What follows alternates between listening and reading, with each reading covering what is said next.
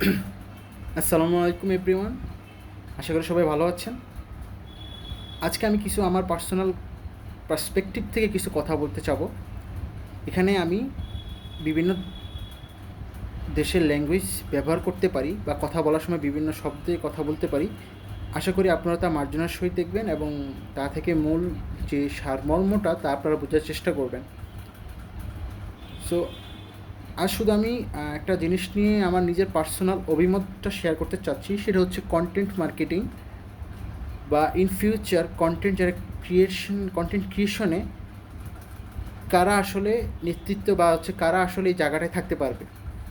প্রথমত কন্টেন্ট মার্কেটিংটা কী সেটা যদি আমরা বুঝতে চাই, কন্টেন্ট মার্কেটিং হচ্ছে এমনভাবে বা এমন কোনো একজন ব্যক্তি যিনি তার পার্সপেক্টিভে বা কোনো একটা ভিউ বা নেচারের পার্সপেক্টিভে তিনি কোনো কিছু একটা ভিডিও ধারণ করছেন এবং সেই ভিডিওটাকে তিনি প্রমোট করছেন বা সেটাকে তিনি কোনো অনলাইন প্ল্যাটফর্মে শেয়ারের মাধ্যমে একটি তার নির্দিষ্ট একটা কন্টেন্ট বা নির্দিষ্ট একটি ভিডিওর জন্য মানুষ অ্যাওয়ারনেস হতে পারে বা হচ্ছে তার স্বার্থ বা তার নিজস্ব কোনো লাভের জন্য তিনি তা শেয়ার করে মার্কেট করছেন নিজেকে।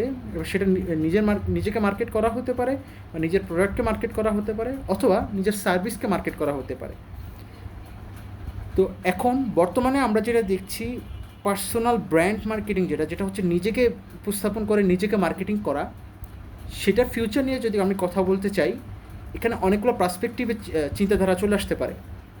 প্রথমত হচ্ছে আমরা যে দেখছি অনেক কন্টেন্ট ক্রিয়েটর জাস্ট নিজেদের বিভিন্নভাবে রিপ্রেজেন্ট করে as like an comedian person or sort of acting perspective, সে তাকে নিজেকে রিপ্রেজেন্ট করছে, সেটার কি ফিউচার হতে পারে। বা অনেকেই আমরা আছি পড়াশোনার থেকে সরে যে কন্টেন্ট ক্রিয়েশনের দিকে যেতে চাচ্ছি। সো আমাদের ক্ষেত্রে আমাদের ফিউচার কী হতে পারে। এখন প্রথমত future is also depends on Allah's plan rather than I will say that आपकी जो अपना जो like sort of like you had a something which you had completed in graduation, like आप टेक्सटाइल इंजीनियर से हो or you are from another engineering background or doctor's background or even nursing background, তখন আপনার কাছে মনে হতে পারে যে আমি এই কোর্সগুলো করেছি, আমি আমার পর্যাপ্ত সম্মাননা পাচ্ছি না বা আমি পর্যাপ্ত অ্যাওয়ারনেস বা হচ্ছে মানুষের সাথে পর্যাপ্ত যে নিজের ফেম পাওয়া বা নিজেকে রিপ্রেজেন্ট করার মতো সেটা আমি করতে পারছি না। সো এই জন্য অনেকে কন্টেন্ট ক্রিয়েশনে চলে যায়। এখন এই কন্টেন্ট ক্রিয়েশন চলে যাওয়া এটা খারাপ জিনিস না, কিন্তু কথা হচ্ছে এটা কি আসলেই কোনো ফিউচার আছে কি না। আপনি যদি রিসেন্ট কয়েকজন ইউটিউবার কথা বলি, যেমন ম্যাঙ্গো স্কোয়াডের সোহেল ভাই और सॉर्ट ऑफ इंडियन ভুবন বাম যিনি ভুবন, তার ভিডিওটা আপনি দেখতে পারেন, দেখবেন তিনি কন্টেন্ট যে ইউটিউবে যে কন্টেন্ট ক্রিয়েট করতেন তাকে বিভিন্নভাবে রিপ্রেজেন্ট করে, কখনো দাদা, কখনো নাতি, কখনো চাচা, কখনো ভাই হিসাবে। কিন্তু বর্তমানে তিনি অ্যাক্টিংয়ে বা হচ্ছে অ্যাক্টিং পার্সপেক্টিভে সরে যাচ্ছেন। সো তিনি কিন্তু ইউটিউবে ওইভাবে কন্টেন্ট আপলোড করছেন না আগে যেভাবে করতেন। এর কারণটা কী দেখেন, উনি ওনাকে রিপ্রেজেন্ট করেছে আপনাদের কাছে কন্টেন্ট ক্রিয়েটরের মাধ্যমে, বাট উনি আসলে নিজেকে রিপ্রেজেন্ট করতে চেয়েছেন অ্যাজ অ্যান অ্যাক্টর হিসেবে। সো উনি ওনার অ্যাক্টিং লাইফটাকে ক্যারিয়ার ক্রিয়েট করার জন্যই আসলে ইউটিউবকে ইউজ করেছেন।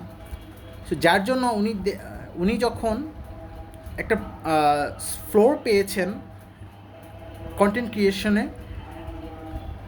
ক্রিয়েশনের মাধ্যমে আপনার টিভি জগৎ বা হচ্ছে মিডিয়া সেক্টরে, তিনি তার সঠিক ইউজই করেছেন।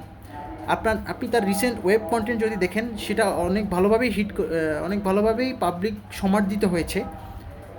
সো উনি এখন দেখুন, YouTube is I think in next coming future YouTube will be a marketable things but for showcasing your service, showcasing your skills, showcasing your products, rather than আমরা যেটা মনে করি যে আমাকে বিভিন্নভাবে রিপ্রেজেন্ট করব বা ফানি কন্টেন্ট ক্রিয়েট করব, সেটার মাধ্যমে আমি ফেম পাবো বা সেটার মাধ্যমে আমি আসলে প্রফিট জেনারেট করব বা আমি সেটাকে ক্যারিয়ার হিসেবে নেব। বাট আমার কাছে যেটা পার্সোনালি মনে হয়, সেটাকে ক্যারিয়ার হিসেবে নেওয়ার থেকে আপনি কোনো একটা স্কিল শিখেন, সেটা হতে পারে আপনার ইঞ্জিনিয়ারিং স্কিল, ডক্টর স্কিল অথবা অ্যাক্টিং স্কিল, সেটা শিখে আপনি সেটাকে মার্কেটেবল করান এবং সেটা মার্কেটেবল হলে আপনার জন্য যেটা সুবিধা হবে সেটা হচ্ছে সেটাকে মানুষের কাছে রিপ্রেজেন্ট করতে পারবেন। আপনি আপনার ইভ্যালুয়েশন আপনি অনলাইন সোর্স থেকে ক্ল্যারিফাই করতে পারবেন। What will be your future or what are actually you are doing, আপনি তার জাজ করতে পারবেন। সো আমার কাছে মনে হয় নেক্সট যে ইভ্যালুয়েশনটা আসবে ইউটিউবের কন্টেন্ট ক্রিয়েশনে, সেটা বেসিক্যালি সার্ভিস ওরিয়েন্টেড এবং মোস্ট প্রবাবলি পার্সোনাল ব্র্যান্ডিংয়ের জন্যই আসলে আসবে। So even you are seeing this video of myself is also an personal branding, you can say that. But আমি জাস্ট আমার অপিনিয়নটাকে আসলে শেয়ার করতেছিলাম যে আমরা আসলে ইন ফিউচারে ইউটিউবে মার্কেটিংয়ে বা ইউটিউব কন্টেন্ট ক্রিয়েশনে কীরকম পরিবর্তন দেখতে পারি। তো আমার কাছে যেটা মনে হয়, আপনি একটা স্কিল শিখেন, সেই স্কিলটাকে প্রমোট করেন ইউটিউবের মাধ্যমে, যাতে আপনি নির্দিষ্ট অ্যাওয়ারনেস ক্রিয়েট করতে পারেন। এবং সেটা আপনার যদি প্রোডাক্ট হয়, তাহলে আপনি প্রোডাক্টের সার্ভিস এবং প্রোডাক্টের বেনিফিট নিয়ে ভিডিও করতে পারেন। বা আপনি যদি কোনো প্রোডাক্ট নিয়ে কাজ করতে চান, সেই প্রোডাক্টটা কীভাবে মার্কেট ডিমান্ড হতে পারে কিনা সেটা আপনি চেক করতে পারেন। বাট আমার মনে হয় প্রফেশনাল লাইফ থেকে আগানোটা এখন বর্তমানে আসলেই মানে ইন ফিউচারে হয়তো এর দিকে আগাবে আমার যেটা মনে হচ্ছে। এখানে অবশ্যই অন্যান্য পার্সনের মতামত থাকতে পারে, আমি জাস্ট আমার যে পার্সপেক্টিভ ভিউ পয়েন্ট থেকে আমি আমার মত শেয়ার করলাম।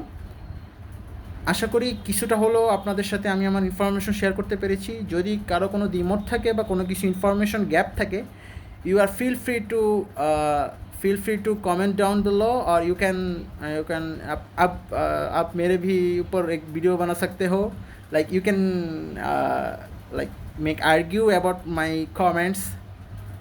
So yeah, that's it. আশা করি আবার কোনো একটা ভিডিওতে দেখা হবে। সেই ভিডিওর আগ পর্যন্ত থ্যাংক ইউ সবাইকে। আল্লাহ হাফেজ, টেক কেয়ার।